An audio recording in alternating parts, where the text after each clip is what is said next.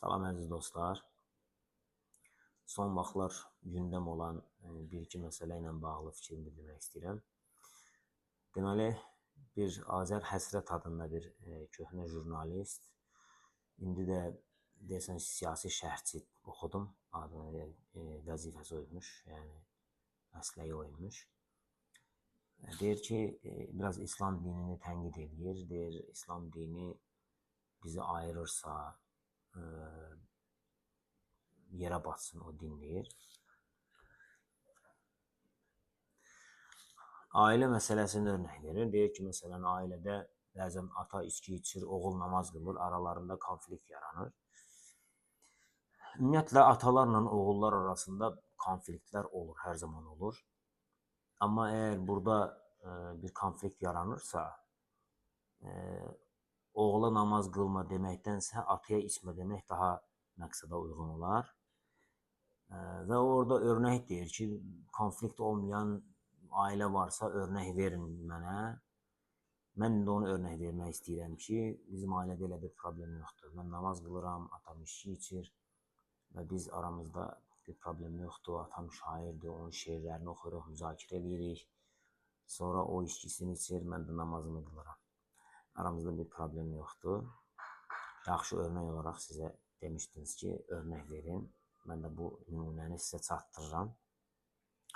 İslam dini əslində, yəni orada çox tənqidlər səsləndirir Azər bəy, amma bunu bilməlidir ki, əgər İslam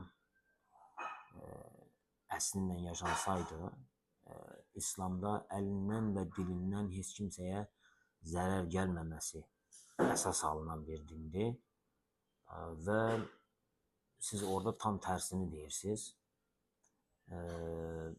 və s. və ilaxır. Bunu çox uzatmaq da olar. İkinci bir məsələ, psixoloqlar var, bəzi psixoloqlar var. Son vaxtlar önə çıxan bir psixoloq qadın var. O da dönüb dolaşır, İslam dininə sataşır.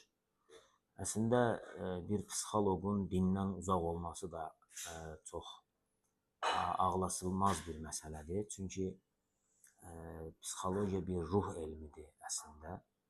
Psixologiya bir insanın biraz daxili aləminin problemlərini həll edən bir sahədir, elm sahəsidir və bu dindən ayrı, mənəviyyatdan ayrı düşünə bilməz.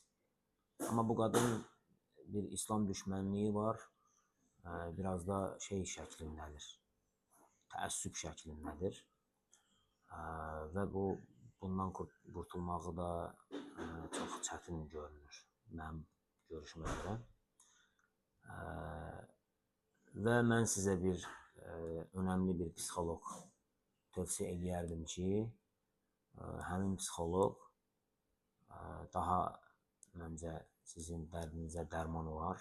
Əgər elə bir məsələ varsa, problem varsa, Rövşən Məmmədov tapa bilərsiniz Instagramda, bilmirəm YouTube'da varmı.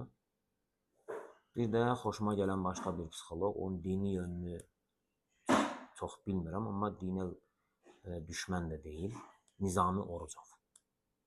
Bu iki psixoloq mənim sevdiyim, izlədiyim psixoloqlardır.